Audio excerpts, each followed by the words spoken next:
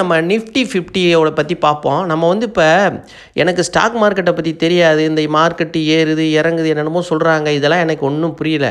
எனக்கு இந்திய பொருளாதாரத்தில் நான் பங்கு எடுக்கணும், எந்த பெரிய நஷ்டமும் இருக்கக்கூடாதுன்னு நினச்சிங்கன்னா, நீங்கள் இந்தியாவோட 50 நிறுவனங்களில் முதலீடு பண்ணுறதுக்கு அருமையான வழி. இதை விட்டால் வேறு நல்ல வழி இருக்கா எனக்கு தெரியல.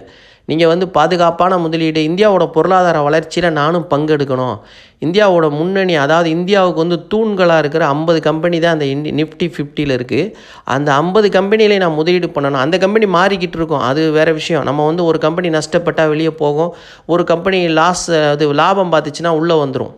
அதெல்லாம் நமக்கு தேவையில்லை, அது அவங்க எல்லாம் மேனேஜ் பண்ணி வைப்பாங்க. ஆனால் நம்ம எல்லாம் ப்ராஃபிட்டபிள் கம்பெனியாக தான் வாங்க போகிறோம்.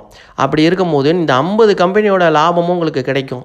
எனக்கு இந்த ஸ்டாக் மார்க்கெட்டை பற்றியே தெரியாதுப்பா, இந்த தனிப்பட்ட ஸ்டாக்கை பற்றி நான் பார்த்துக்கிட்டு இருக்கலாம், நேரம் இல்லை, நான் வந்து நல்ல முதலீடு பண்ணணும்னு நினைக்கிறவங்களுக்கு பொன்னான வாய்ப்பு என்னென்னா, Nippon India Nifty 50 ETF BeES. அதாவது இந்த 50 கம்பெனியோட ஒரு மினியேச்சர். நீங்கள் 50 கம்பெனி போய் வாங்குறதுக்கு பதிலாக ஒரு சின்னதாக நான் வாங்கணும் அப்படின்னா சிம்பிளாக ரூ. 289 இப்போ விற்கிது.